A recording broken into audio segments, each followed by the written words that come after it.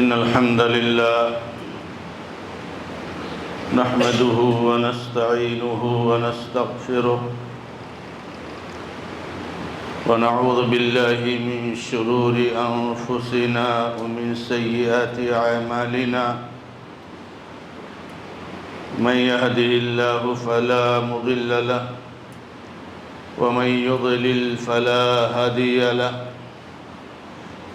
وأشهد أن لا إله إلا الله وحده لا شريك له وأشهد أن محمدًا عبده ورسوله صلى الله تعالى عليه وآله وسلم يا أيها الذين آمنوا اتقوا الله حق تقاته ولا تموتن إلا وأنتم مسلمون يا أيها الناس اتقوا ربكم الذي خلقكم من نفس واحدة وخلق منها زوجها وبث منهما رجالا كثيرا ونساء واتقوا الله الذي تساءلون به والأرحام إن الله كان عليكم رقيبا يا أيها الذين آمنوا اتقوا الله وقولوا قولا سديدا يصلح لكم أعمالكم ويغفر لكم ذنوبكم ومن يطع الله ورسوله فقد فاز فوزا عظيما أما بعد فإن خير الحديث كتاب الله وخير الهدي هدي محمد صلى الله تعالى عليه وآله وسلم وشر الأمور محدثاتها وكل محدثة بدعة وكل بدعة ضلالة وكل ضلالة في النار أعوذ بالله من الشيطان الرجيم بسم الله الرحمن الرحيم ولقد خلقنا الإنسان ونعلم ما توسوس به نفسه ونحن أقرب إليه من حبل الوريد إذ يتلقى المتلقيان عن اليمين وعن الشمال قعيد ما يلفظ من قول إلا لديه رقيب عتيد وقال الله سبحانه وتعالى في موضع آخر ولا يزالون يقاتلونكم حتى يردوكم عن دينكم إن استطاعوا وقال سبحانه وتعالى ولا تهنوا ولا تحزنوا وأنتم العالون إن كنتم مؤمنين وقال النبي صلى الله تعالى عليه وآله وسلم سلط الله عليكم ذلا لا ينزعه حتى ترجعوا إلى دينكم وقال عمر بن الخطاب رضي الله تعالى عنه نحن قوم أعزنا الله بالإسلام مهما نبتغي العزة في غيره أذلنا الله معزز اور موقر دینی اور ملی بھائیوں، بزرگوں، نوجوان دوستوں اور ملت اسلامیہ کی عظیم ماں اور بہنوں، اللہ رب العزت کے لیے ہر قسم کی تعریف اور توصیف، کبریائی، بڑائی، بزرگی خاص ہے، اور اللہ کے نبی محمد رسول اللہ صلی اللہ علیہ وسلم پر بے شمار درود و سلام بھیجنے کے بعد اس وقت ملک میں جو حالات چل رہے ہیں اور جو ماحول بنایا جا رہا ہے اور بنانے کی کوشش کی جا رہی ہے، وہ بالکل ظالموں کے ساتھ اہل اسلام کی لڑائی کا ماحول ہے، اور پے در پہ لگاتار جو ہمارے حکومت کے اہلکاران کی طرف سے قدم اٹھایا جا رہا ہے، وہ سیدھے اور بالکل صاف طور سے مسلمانوں کو ضرر پہنچانا اور ان کو ان کے دین سے بیزار کرنے کی کوشش ہے۔ سچ فرمایا اللہ رب العزت نے، اور کئی آیتوں میں اللہ رب العزت نے اس چیز کو بیان کیا، وَلَا يَزَالُونَ يُقَاتِلُونَكُمْ، یہ برابر تم سے لڑتے رہیں گے، یہ برابر تمہارے خلاف سازشیں کرتے رہیں گے، حَتَّى يَرُدُّوكُمْ عَنْ دِينِكُمْ إِنِ اسْتَطَاعُوا، یہاں تک کہ وہ تم کو تمہارے دین سے پھیر دیں اگر طاقت رکھیں۔ یہ اللہ تعالیٰ نے اپنے اس کلام میں بیان فرمایا ہے جو اللہ کے حبیب محمد رسول اللہ صلی اللہ علیہ وسلم پر 1400 سال پہلے نازل کیا گیا تھا، جو ہمارے اور آپ کے گھروں میں موجود ہے، اور یہ ایک آیت نہیں بلکہ 10 اور 20 آیتیں اس چیز کو واضح کرنے کے لیے کافی۔ ایک مومن کی یہ ذمہ داری بنتی ہے کہ میرے بھائیوں، حالات جو بھی آئیں، کسی بھی حالت سے گھبرانے اور ڈرنے کی ضرورت نہیں، بلکہ حالات آتے ہی ہیں مومن کو خیر اور بھلائی پہنچانے کے لیے۔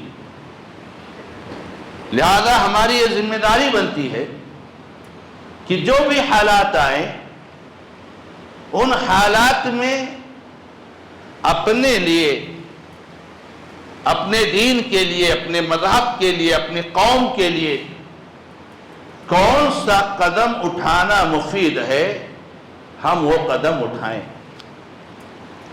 احرص علی ما ينفعک ولا تعجز وإن أصابك شيء فلا تقل لو أني فعلت كذا لكان كذا ولكن قل قدر الله ما شاء فعل۔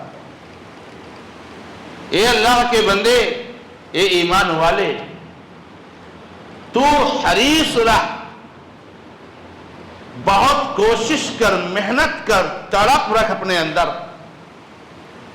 ان چیزوں کے لیے جو آپ کے لیے، آپ کی قوم کے لیے، آپ کے دین کے لیے مفید اور نفع بخش ہے، اور ہمت مت ہار۔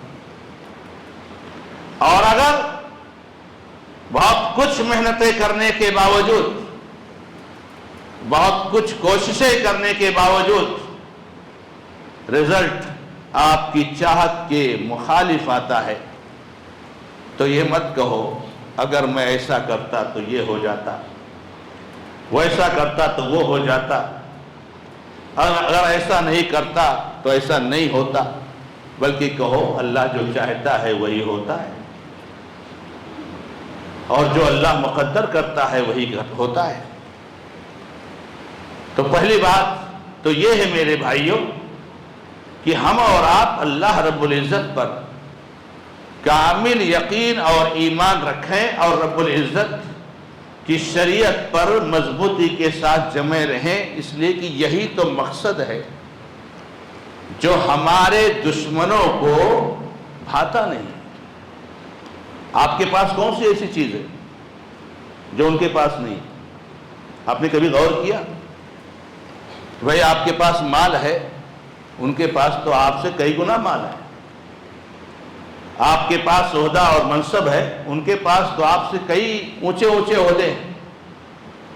آپ کے پاس اولاد ہے تو ان کے پاس اولاد نہیں، کم نہیں. آپ کے پاس جائیداد پراپرٹی ہے، ان کے پاس سب سے زیادہ. کیا ایسی چیز ہے جو آپ کے پاس ہے لیکن ان کے پاس نہیں ہے اور وہی چیز آپ کی مخالفت کا ذریعہ بنی ہوئی؟ اسی کو آپ کو چھیننا چاہتے ہیں. ہم لوگ اس کو محسوس نہیں کر پاتے. یہ ہمارے بہت سارے بھائی سمجھ نہیں پاتے. وہ آپ سے آپ کا ایمان اور عقیدہ چھیننا چاہتے ہیں اور وہی چیز ان کے پاس نہیں. ابھی ماحول چل رہا ہے، آپ نے دیکھا بھی ہوگا. اللہ رحم کرے، بہت زیادہ واضح ہے، کہنے کی ضرورت نہیں، عقل مندوں کے لیے اشارہ کافی ہے. اپنے ہاتھوں سے سب کچھ بناؤ اور اس کو ہی سب کچھ اپنا سمجھ لو. تو یہ تو مسلمانوں کے اندر یا مسلمانوں کے یہاں یہی چیز نہیں. وہ سب کچھ اس رب کو سمجھتے ہیں جو خالق ہے، مالک ہے، رازق ہے، وہی ہماری عبادت کا مستحق ہے. اور کہو کسی شجر کے سامنے، کسی حجر کے سامنے، کسی مخلوق کے سامنے، کسی نبی کے سامنے، کسی نیک کے سامنے کہو مسلمان سر جھکا دے تو سر کٹا سکتا ہے مگر سر جھکا سکتا نہیں. مسلمان سے یہ نہیں ہو پائے گا. سر کٹا لے گا، مال لٹا دے گا، سب کچھ گنوا دے گا، لیکن اللہ رب العزت جو خالق وحدہ لا شریک لہ ہے، مالک لا شریک لہ ہے، اس کے علاوہ کسی اور کے سامنے سر نہیں جھکا سکتا. اور یہی دشمنی کا ذریعہ ہے. ایک ایک مسئلہ آتا ہے اس ملک کو جو ہے کیا نام ہے فساد اور بے چینی اور اضطراب میں جو ہے کیا نام ہے ڈالا جا رہا ہے. جو ماحول چل رہا ہے میرے بھائیوں، وقت ترمیمی بل کی مخالفت کا، ہمارے کچھ بھائی ہیں جو ابھی یہ بھی نہیں سمجھتے کہ وقت ہے کیا. کچھ لوگ تو وقت کے بارے میں بہت غلط ذہن رکھتے ہیں، خاص طور سے ہمارے برادران وطن. ان کو سمجھایا ہی گیا ہے وقت کا مطلب، ان کو سمجھایا گیا ہے کہ وقت کا مطلب یہ ہے کہ سرکاری زمینوں اور لوگوں کے جائیدادوں کو قبضہ کر کے اس پر مسجدیں مدرسے بناؤ. یہ سمجھایا گیا. حالانکہ ان کو معلوم ہے اور بہتوں کو معلوم ہے کہ وقت کی کتنی زمینوں پر سرکار نے قبضہ کر رکھا ہے اور کتنی زمینوں پر لوگوں نے قبضہ کر رکھا ہے. یہ وقت یہ ہمارے باپ دادا کی پراپرٹی ہے. ہمارے باپ دادا نے یہ دین کا نظام چلنے کے لیے، یہ مساجد اور مدارس کا نظام چلنے کے لیے، اللہ کے شعائر کو بلند کرنے کے لیے اپنے پسینے کی کمائی کو اللہ کی رضا کے لیے وقف کر دیا تھا. اور اس کا ثواب ان کو قیامت تک ملتا رہے گا. یہ ثواب جاریہ ہے. اس میں کسی کا کیا دخل ہے بھائی؟ کسی کا کیا لینا دینا ہے؟ یہ وقت ہے.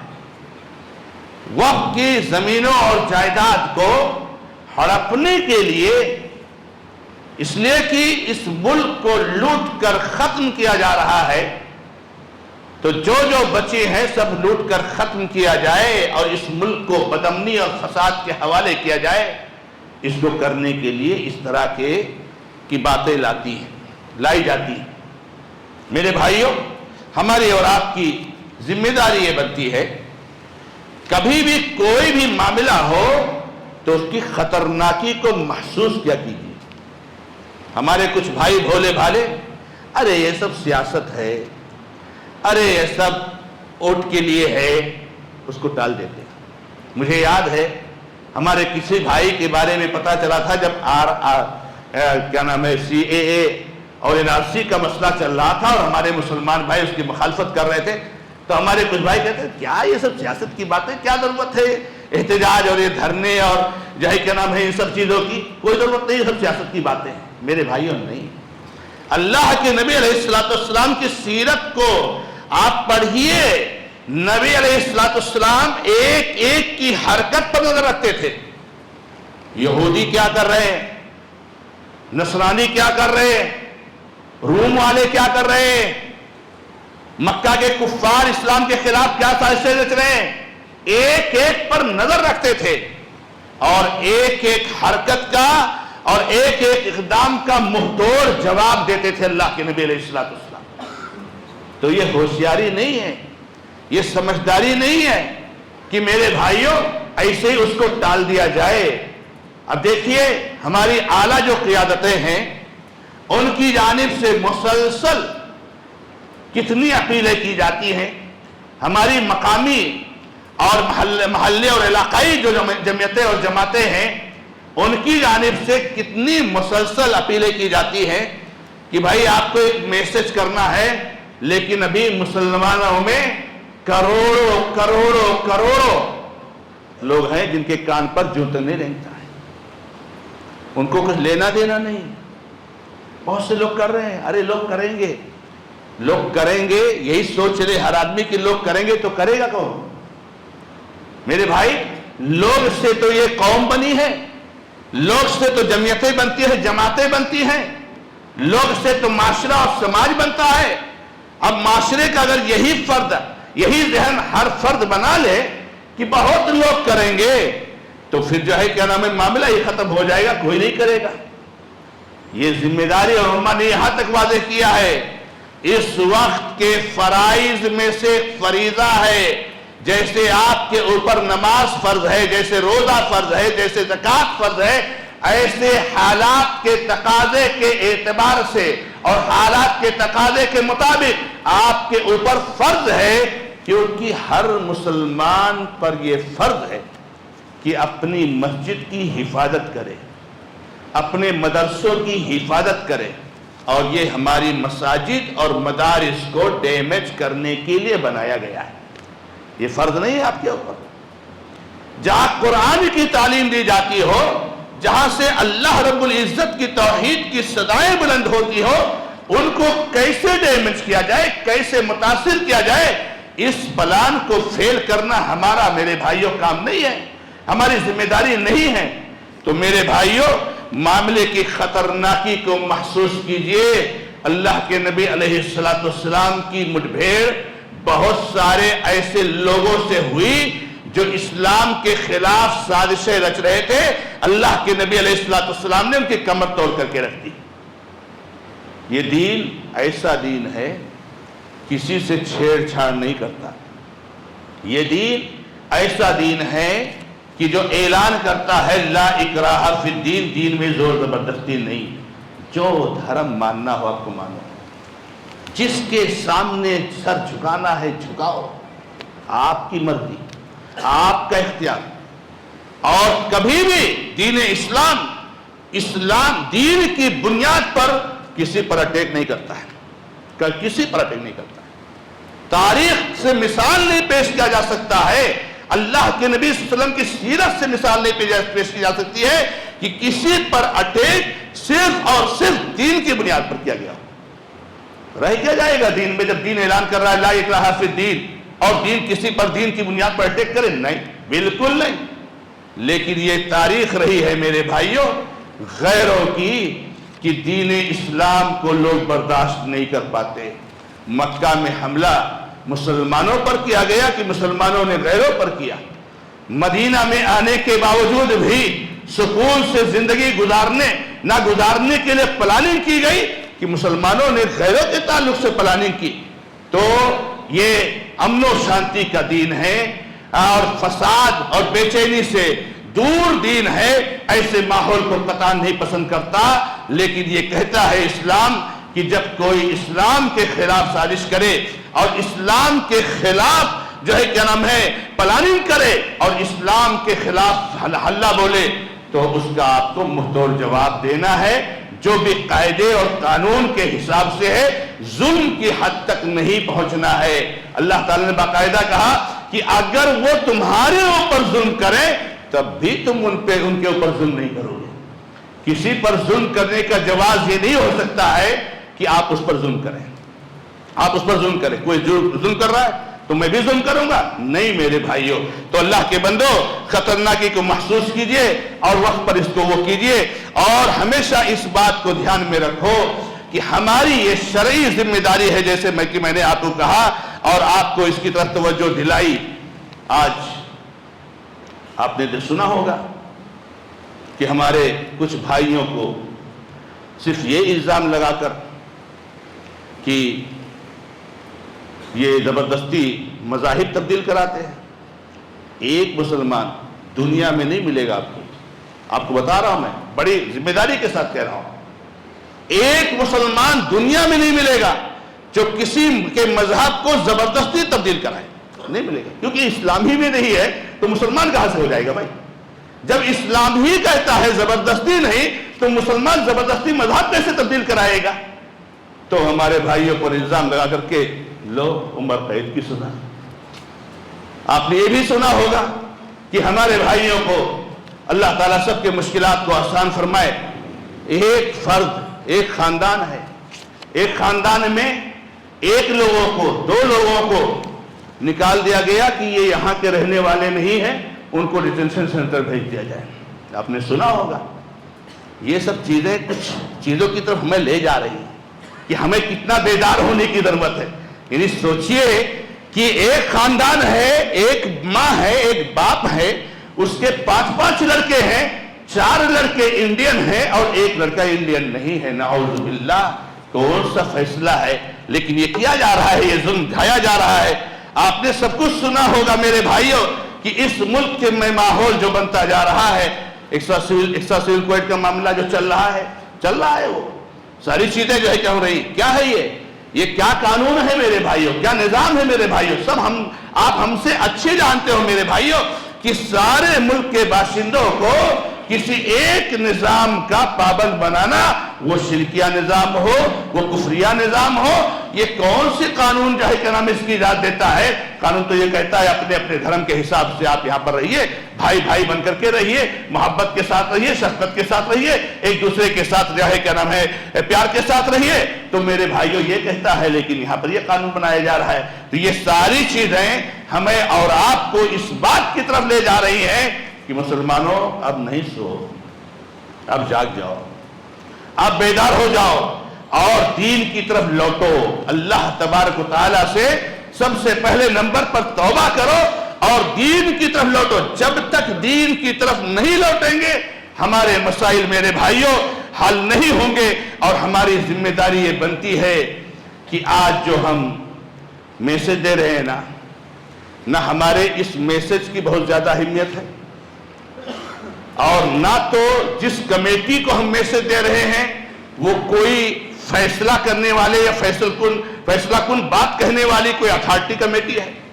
وہ کمیٹی صرف اور صرف رپورٹ پارلیمنٹ میں پیش کر سکتی ہے. فیصلہ پارلیمنٹ سے ہی ہوگا. ہم اپنا ذہن بنائیں کہ پارلیمنٹ میں ان لوگوں کو پہنچایا جائے، اور وہ لوگ پہنچائیں جو اچھے ذہن کے مالک ہوں، فتنہ اور فساد سے دور ہوں، لوگوں کی ضرورتوں کو، مصلحتوں کو سمجھنے والے ہوں، سارے دھرم کا احترام کرنے والے ہوں، امن و شانتی کا ماحول چاہنے والے ہوں. وہاں پر میرے بھائیوں ہم اور آپ اپنی تمام مصلحتوں کو قربان کر دیں، اور آپ ہمیں اور آپ کو اللہ رب العزت کے لیے قوم کی مفاد کو ترجیح دینی چاہیے. یہ ہماری ذمہ داری بنتی ہے. وہ جو فیصلہ کا وقت ہوتا ہے وہ تو اتھارٹی پرسن ہے نا، وہ اتھارٹی جو ہے ونگ ہے، وہاں سے فیصلے ہوتے ہیں، مین طاقت وہی ہے میرے بھائیوں. تو وہاں پر ہم نہ سو جائیں. اللہ رب العزت سے دعا ہے کہ رب العزت ہمیں اور آپ کو ان حالات میں صبر کرنے کی اور برداشت کرنے کی اور شرعی توجیہ کے مطابق اقدامات کرنے کی توفیق عطا فرمائے، اور ہمیں آپ کو بیدار ہونے کی توفیق عطا فرمائے. بارک اللہ لی و لکم فی القرآن الکریم ونفعنی وإیاکم بالآیات والذکر الحکیم انہ تعالی جواد کریم ملک برؤوف الرحیم.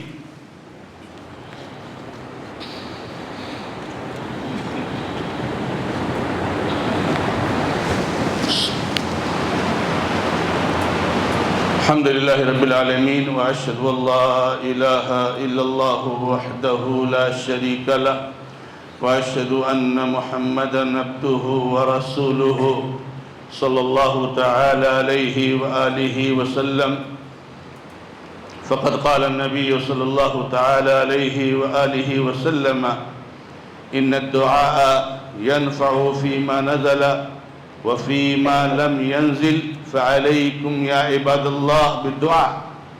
میرے بھائیوں، اللہ کے حبیب محمد رسول اللہ صلی اللہ علیہ وسلم کی اس حدیث پر آپ غور کیجئے کہ نبی علیہ السلام فرماتے ہیں کہ دعا فائدہ پہنچاتا ہے ان مصیبتوں میں اور ان پریشانیوں میں اور ان حالات میں بھی جو ابھی آئے نہیں، اور دعا فائدہ پہنچاتا ہے ان حالات اور مصیبتوں اور ان سچویشن میں بھی جو نازل ہو چکے آ چکے ہیں۔ تو اللہ کے بندو دعا کو لازم پکڑو۔ دعا بہت بڑا ہتھیار ہے میرے بھائیوں، دعا بہت بڑا ہتھیار ہے اللہ کے بندو۔ اوقات اجابہ کو تلاشو، اللہ رب العزت سے دعا کرو، تضرع گریہ بیزاری کرو، رو گڑگڑاؤ، گناہوں سے توبہ استغفار کرو، رب العزت کی توحید کا حوالہ دو، رب العزت کے حبیب محمد رسول اللہ صلی اللہ علیہ وسلم کی سنت کی اتباع کا حوالہ دو، اور اللہ تعالیٰ سے دعا کرو۔ اللہ رب العزت نے فرمایا لوگو وقال ربکم ادعونی استجب لکم، مجھ سے دعا کرو میں تمہاری دعاؤں کو قبول کروں گا، یہ اللہ کا وعدہ ہے۔ لہذا دعا کے عادات کو ملحوظ خاطر رکھتے ہوئے زیادہ سے زیادہ اللہ رب العزت سے دعا کریں۔ اعوذ باللہ من الشیطان الرجیم، بسم اللہ الرحمن الرحیم، ان اللہ وملائکتہ یصلون علی النبی یا ایھا الذین آمنوا صلوا علیہ وسلموا تسلیما، اللہم صل علی محمد وعلی آل محمد کما صلیت علی ابراہیم وعلی آل ابراہیم انک حمید مجید، اللہم بارک علی محمد وعلی آل محمد کما بارکت علی ابراہیم وعلی آل ابراہیم انک حمید مجید، ربنا آتنا فی الدنیا حسنة وفی الآخرة حسنة وقنا عذاب النار، ربنا ظلمنا انفسنا وان لم تغفر لنا وترحمنا لنكونن من الخاسرين، ربنا ظلمنا انفسنا وان لم تغفر لنا وترحمنا لنكونن من الخاسرين، ربنا لا تزغ قلوبنا بعد إذ هديتنا وهب لنا من لدنك رحمة إنك أنت الوهاب، اللهم اغفر لنا وللمؤمنين والمؤمنات والمسلمين والمسلمات، اللهم ألف بين قلوبهم وأصلح ذات بينهم وانصرهم على عدوك وعدوهم يا رب العالمين،